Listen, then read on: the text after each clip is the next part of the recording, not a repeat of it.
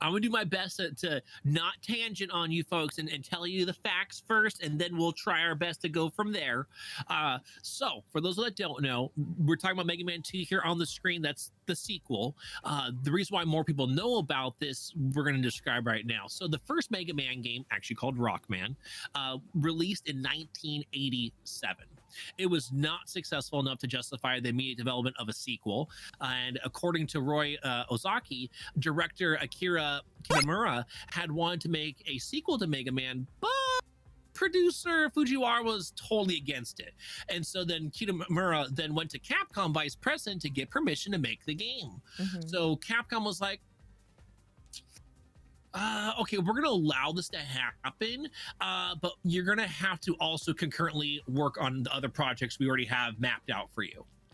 The staff was like, sure, let's do it. And so the staff spent their own time, paid absolutely nothing for their own time, right? Because they're getting paid for the work that they're working on. So they're doing this on their own time to go ahead, and from it, that's why the originality of adding more levels and weapons comes into play, let alone improving the graphics compared to the first title.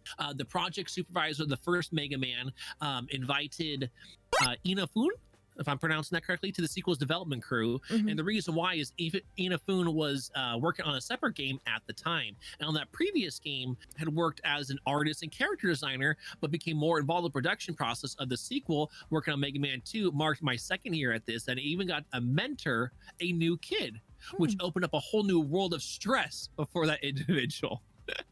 So like, what's so funny is in the process of this, they were even teaching other individuals, hey, this is how I do my stuff, and this is all side project, you know, like this is all a pure passion that's happening to make, because they believe that this character and the story that can be told for this character can outlive the really poor response it got back in 1987, and it's something worthwhile. Okay, so, and we started to talk about this as well. Due to the limited amount of cartridge space available for the first game, elements such as planned enemy characters were omitted from the final product. The unused content was later transferred to Mega Man 2. So they had, that's what made this a little bit easier for this staff, was that they had a bunch of stuff from before that they were able to go ahead and bring on over. They transferred those products from the Mega Man 1 that they didn't have enough space to make it work. Remember, they started getting smarter about layering.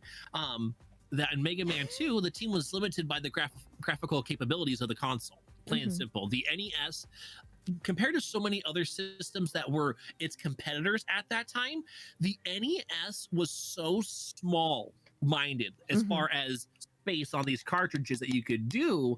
So therefore they had to get creative. All right, so what were they going to do with these grandiose character designs that they have? Like, this robot's going to do this and this robot's going to do that. Okay, they're going to dive into how can they maximize pixel art. So they wanted to maintain the consistency of the designs for the final product. And so that's where that came in. So some of the design elements, so were lost in transition. That's why if you're like, you start to see some of the things where you're like, oh, this is great, but that one thing kind of looks weird. Time. They ran out a little bit of time to make every absolute detail perfect. And that's what happened to them in that regard. The gameplay system from the original game was kept for Mega Man 2 as well, but the team included more traps for the player to navigate. So if you thought Mega Man 1, which was so difficult for so many people because it's a little bit more clunky than Mega Man 2, but Mega Man 2 had more traps and setups for you to fail, so you had to try again. You know, they wanted you to do it, so you I got to go back through this again, and I'll remember that next time. That's what they wanted to do a lot of the times. Like, you would have to experience that. Or if you were a cautious player of the game, just because you know you're like, there's no way it could be that easy, you were rewarded for being cautious. You know what that makes me think of? The saying, that's not a flaw, it's a feature. Ooh, that's a good one. Yeah, exactly. It definitely makes me think of that. Like, yeah, there's design and, you know, like developmental like restrictions or, you know, things that they couldn't do, where it's like, how are we going to take that and turn it into a positive, you know? Absolutely. And I'm glad you said that, because realistically, what happened was there was complaints by the players of the game that the first one was just too difficult. Yeah. You know what they did? I just told you to add more traps. So Right. aren't they making it harder? But this is where they decided to add in support items. Yeah. That's why you only got one support item in Mega Man 1, but you got 3 support items in Mega Man 2, and eventually Mega Man 3, that support item turns into Rush, and Rush now becomes his trusty sidekick. Yeah. You know, going forward. But it's like, okay, so we're listening to the players here, but we're not going to not make the game easier if you were just to experience it. But here's some support items if you get creative. Now let's see what you can do with that. So it was like this perfect marriage of, well, I'm listening to you, but I'm going to compromise. I'm not just going to do what you tell me to do. Yeah. And I think that's what led to this game being so well balanced, is the fact that they listened to their audience, their consumers, but they didn't completely just fall flat over and be like, okay, we're gonna do exactly what they say. Yeah. Because sometimes the people speaking up aren't necessarily all the people's thoughts and minds of Yeah. what the entire group is saying. Yeah. So they did a really good job, I feel like, of balancing that out. That makes, wow. Now check this out. Okay. What is a supply item? Now, these are also other supply items that were added to the game that weren't just the ones that you would utilize to navigate stuff, but the energy tanks were another supply item that was added, because it's like, I need to fill on my health. Yeah. What's funny about those, how much of a diamond in the rough were you when you had those? You're like, oh, I'm saving those. That's I need that for a boss fight, Every time. Yep. Right? Yep. Check this out. Inafune's supervisor was totally unsure if these energy tanks were even going to be useful. What? Think about that. Wow. That is funny. Right? Yeah. One of the items that people just completely covet, like, no, I'm going to save these energy tanks till I get to the Wily levels. I am not using any until then. Like, that's when this game gets hard, you know? And so, like, it's so funny to think that these things that people cherish, because, like, no, I need this for this boss fight. It's like, no one's going to want that. It's not going to be good. I can't even think of like Mega Man without the energy tanks. Like, I feel like it's such an integrated part into the design of the game. It made what was difficult feel, you could take it on. It made it feel plausible. You're like, all right, this isn't, if I just work this out just right, I have enough to survive this fight. Because so many times when you'd go in, you didn't know the weaknesses of a boss. You were like, okay, I'm going to shoot here. Oh, that didn't work. I'm going to shoot there. Oh, that still didn't work. Oh, I finally hit him. Oh, that wasn't very much damage. You know what that makes me think of? Like, it makes me think of events that I've gone to in the past, like game developer conferences, or like, because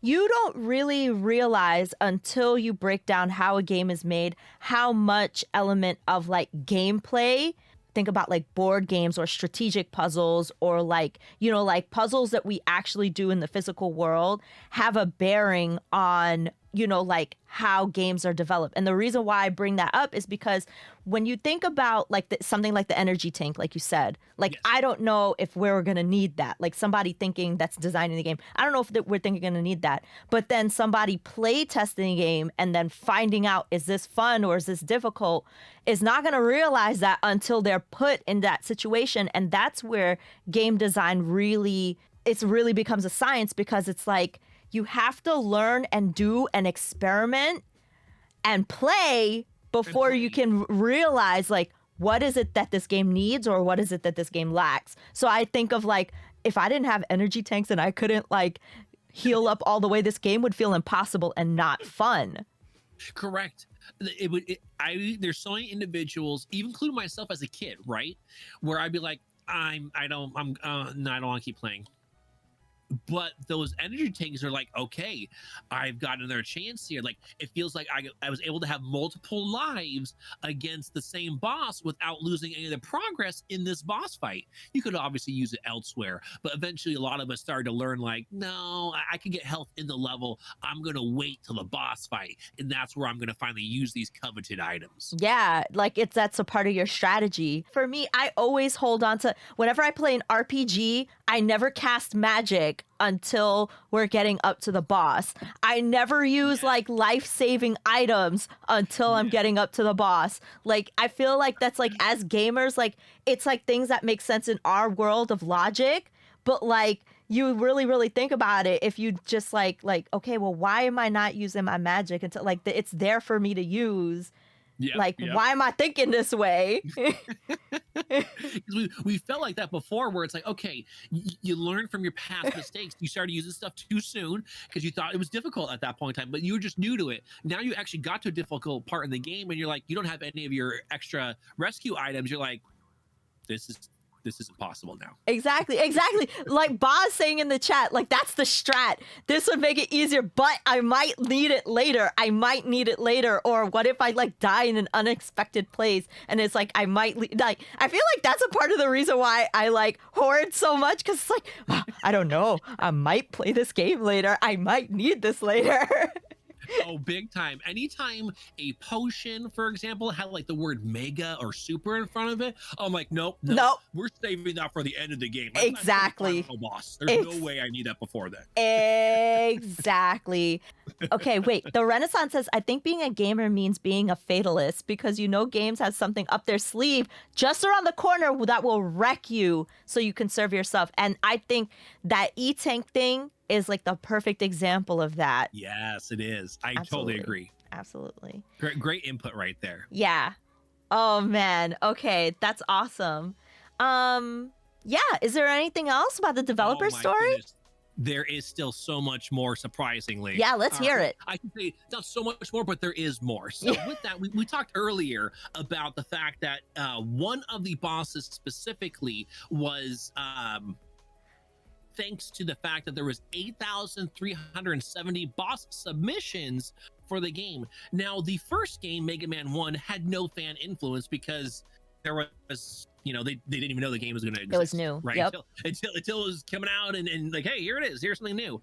So this time, what happened with those 8,370 submissions, they picked one, but all those other submissions actually made them rethink all of their boss designs, and they started to tweak them thanks to those submissions. What?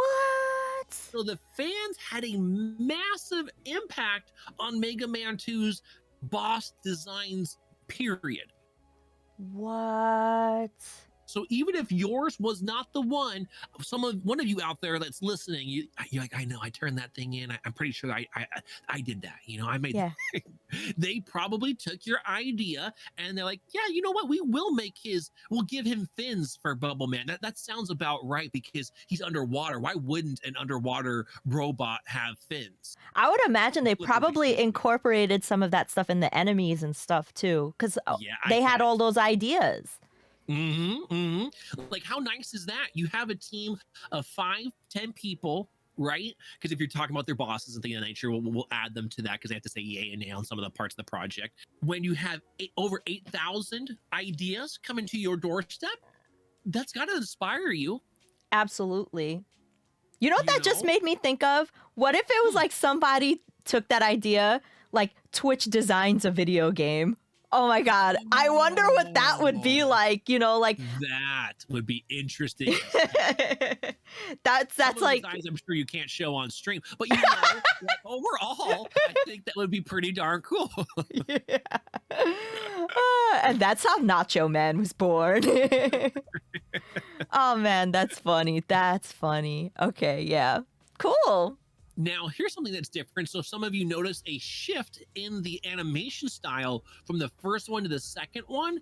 You are correct. Inafune intended his artwork for Mega Man 2 to be more anime-ish, just like we were talking about Miyazaki earlier, right? So that was the idea in that regard. Then we talked about this also earlier, but in case people missed it, a second difficulty was added for the North American release. And in that, they wanted to create this whole idea bosses' weapons were going to be much more powerful in the difficult version, which actually was the standard version in Japan. And so they were going to make it easier or the normal setting, which I thought was so smart of them.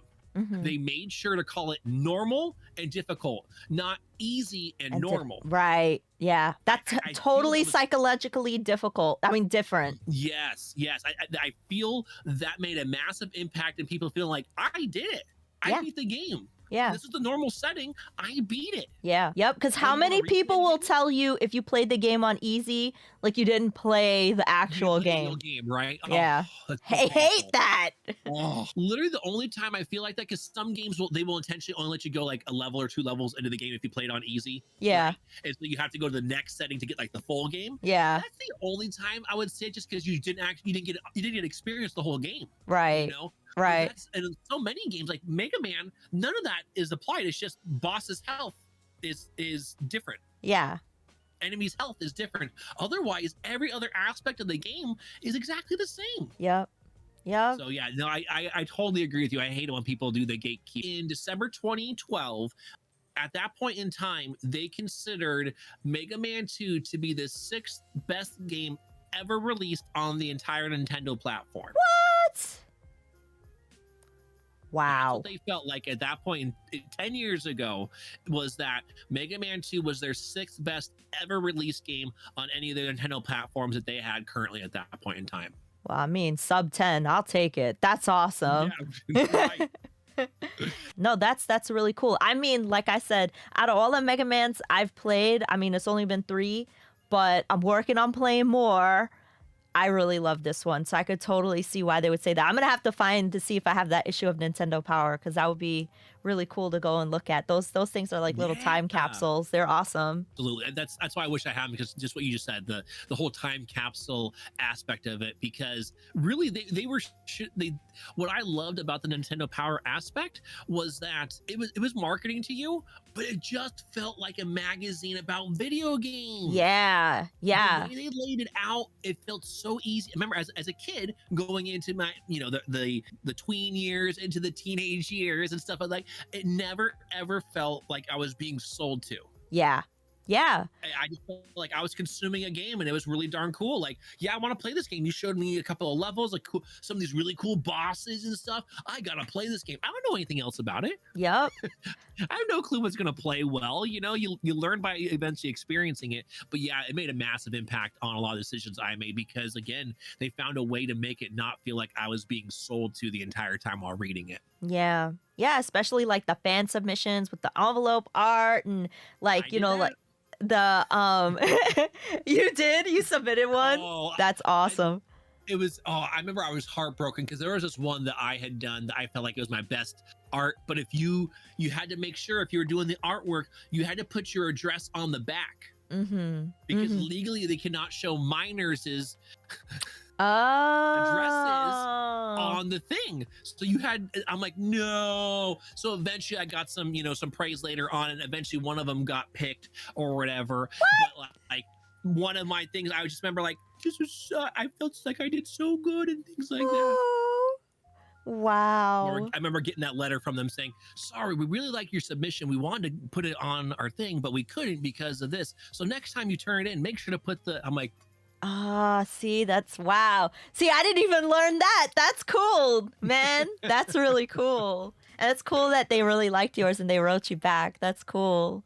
That is so awesome. All right, so I think that's one of those missed aspects. I agree with you, like where they actually gave you feedback. yeah, They just ignored me and been like, he wasn't smart enough to not do it, silly kid. I you know. Yeah, and I think those elements are what make it feel like super personal. That's true. Which is a great segue into our last topic. Yes.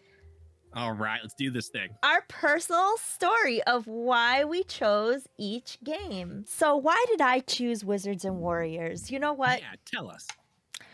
I always loved this game because it's one of the earliest games I can recall playing with my mom and my dad together. Like I always talk about my mom and my dad, whenever I'm broadcasting or like sharing stories about my collection and all my games and stuff like that. But the reason why is because for me, like, I remember struggling playing this game with my mom and my dad. Like, the first systems that we had when I was a kid growing up, the Sega Master System and the NES, I remember like putting the game on and listening to the music, and me and my dad just jamming out to some of that music. This is like one of the earliest games I remember playing with my mom and my dad, and they had a really big impact on me and why I play video games in the first place. My mother still plays video games. She is really good at them. She plays very difficult games. And whenever I think back to my childhood and I think back to some of my favorite memories, I think back to sitting next to my mom playing, you know, Super Nintendo or NES, or sitting next to my dad and playing, you know, Mario Kart or Breath of the Wild or, you know, Mass Effect or whatever games that he loved, you know, Dragon Warrior and things like that. So whenever I think about a game that's personal to me, Wizards and Warriors. So, also, it might be like subconsciously ingrained in my brain because my dad had the poster for Wizards and Warriors on the wall all the time. Like, that's so cool. I remember always looking at it, like, and then like going to sleep looking at the art, like, oh man, I love the gold and the font, and I love the pose of the dude on the front, and the art, the color, and all that stuff. So it's it was always something that was just something that I loved. And like I said, the music is definitely like biggest reason. And also, I think it's one of the first games that I actually beat on stream in one sitting. So it was like, that was like an accomplishment to me. Like, I remember when I beat the game, I was like, first of all, I didn't think that I could beat it in one sitting. Second of all, I was like, wait a minute. I beat the game. I felt so accomplished. Like, I was like, oh my God, I didn't think I could do this. It was so tough.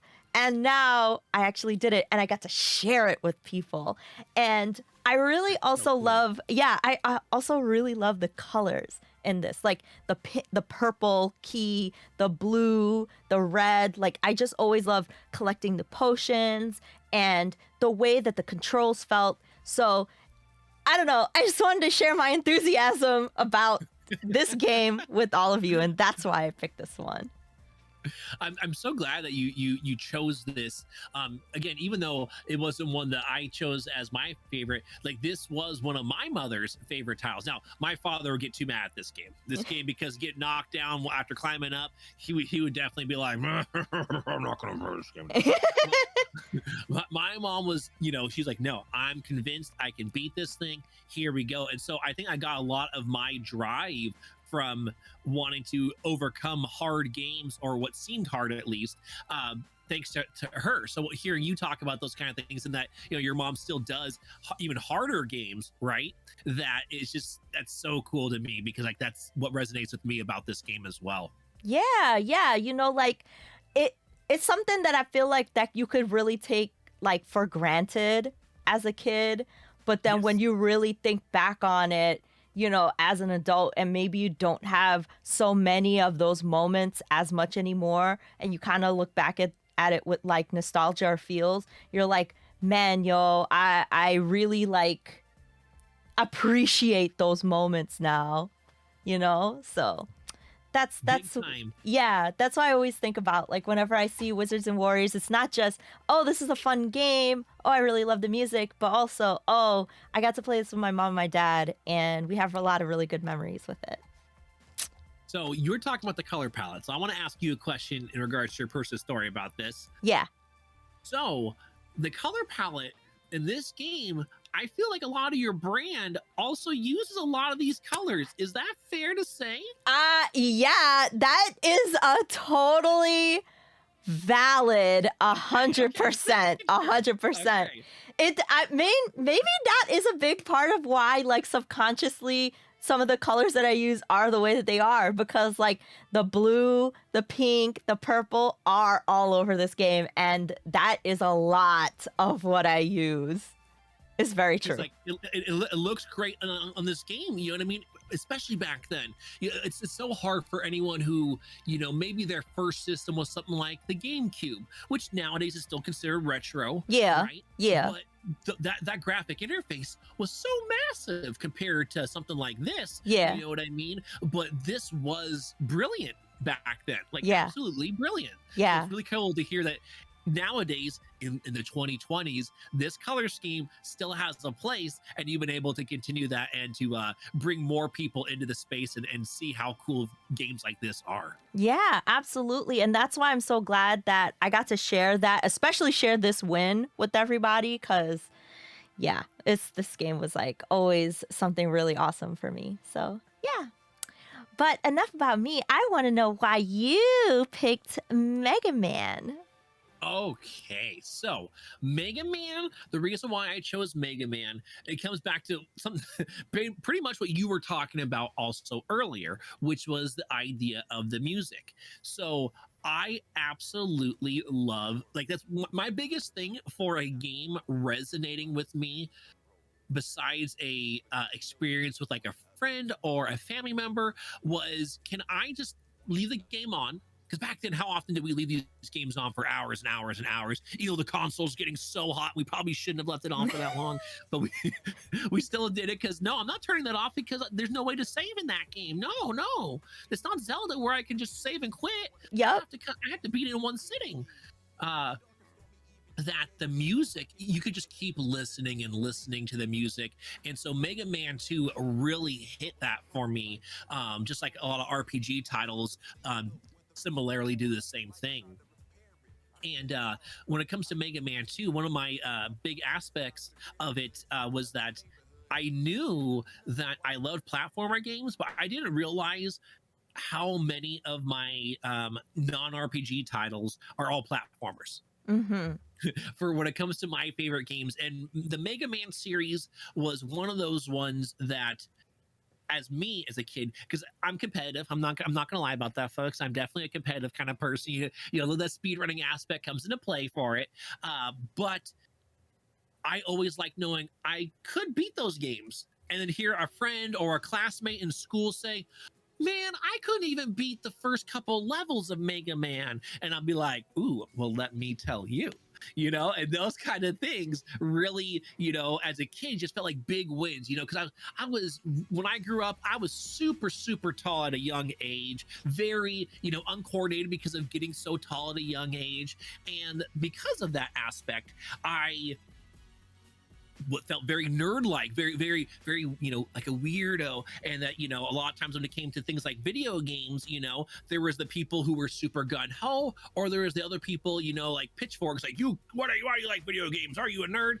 So when it came to something like this, that was difficult, and I was able to be at least decent enough at it to beat the game, because beating the game back then is all that mattered to be good, right? Yep. You didn't have to worry about going fast. You didn't have to worry about putting some restrictions to make it harder on yourself. It was like, oh, you beat the game? You're really good at games. Yep. Especially this game. So, like, that's why this resonated so much to me from the personal side. And then I just love the IP, and I'm going to bring up a little bit of this, and I think you actually even have something very similar or whatever. I do. But this is one of my favorite plushies, is the Mega Man 2. Well, Mega Man, but I'm just going to call it the Mega Man 2 plushie for today, And so this is something that really means a lot to me, because it's just so, he's so cute, but at the same time, when you play the game, he's just so deadly. I know. Like, if you don't respect Mega Man, he might take you out. Yeah, with the little pew pew pew pew pew pew.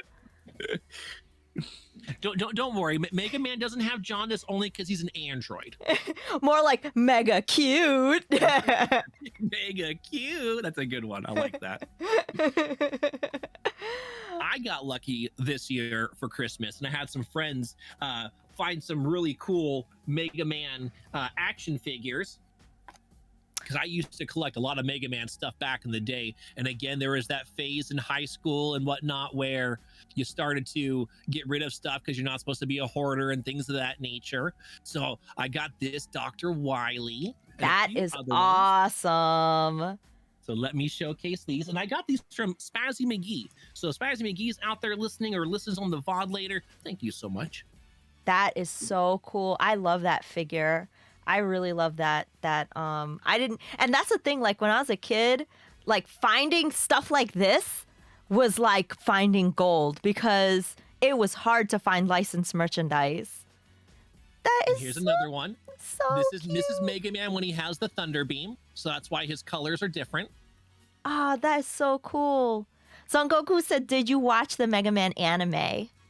Okay, so Son Goku, I don't know if you use Twitter or not, but I use a lot of Mega Man gifs and memes a lot of the times to reply to people and things of that nature. For me, that was such a big deal. I don't know if anyone else also remembers at that point in time when, like about a year to 2 years before that, there was the Mario Brothers and Zelda TV show. Yeah. Oh, yeah. TV show. Mm-hmm. From there, I remember watching that being like, this is the coolest thing ever. Both of those didn't last too long. Like, I want to say Mario only got 1 season, maybe 2, and then Zelda only got 1 season at most. And it wasn't really like, it wasn't a long season. That when the Mega Man series came out, I'm going to promise you this, folks. I did not like getting up early, and I still don't. Ash thinks I like to get up early. For I thought he was an early birdie. She's like, okay, is this time okay? Because I can't do too early. I'm like, no, that time is actually even too early for me. Let me get some sleep, please. That was a show I would wake up early before school, because at least where I was on the West Coast, San Francisco, it was early morning before school, and like early morning before I needed to get up, but I'd wake up that extra half an hour earlier so I could watch those episodes. Yeah. And it made a big impact on me because it seems so surreal. Again, that like I thought after the Mario and Zelda ones failed, they weren't going to do it. You know, they weren't going to make more shows that were video game oriented, right? Like there had to be some other quirky aspect for them to make a show. And to see that, it made a huge impact. So that was a really cool question to ask. Yeah, I feel like if they could, oh my God, they could totally bring back and do a Mega Man anime right now, or a lot of like video game IP. I really would love to see some of these franchises get a TV show, but. I'm glad you said it, because I think that would be much better than trying to rehash a story that's already been done. Yeah. They could take a video game, which there's a lot of ambiguity as far as making a structure out of it, that you could really do something pretty fascinating, I feel like, with it. And then again, because it's a video game, you don't have to go live action. Right. If you didn't want to, if you want to keep it cheaper, because again, they're always thinking about cost. Right. Yep. That if you're going to animation is cheaper than live action, because a lot of times the actors are much more expensive than any voice actor normally is given as far as salaries. Yeah. Well, thank you so much for sharing why you picked such an awesome game. So thank you so much, everyone. We'll see you all soon. Thank you for spending time with us, and I hope you have a good night. Bye, everyone. Bye.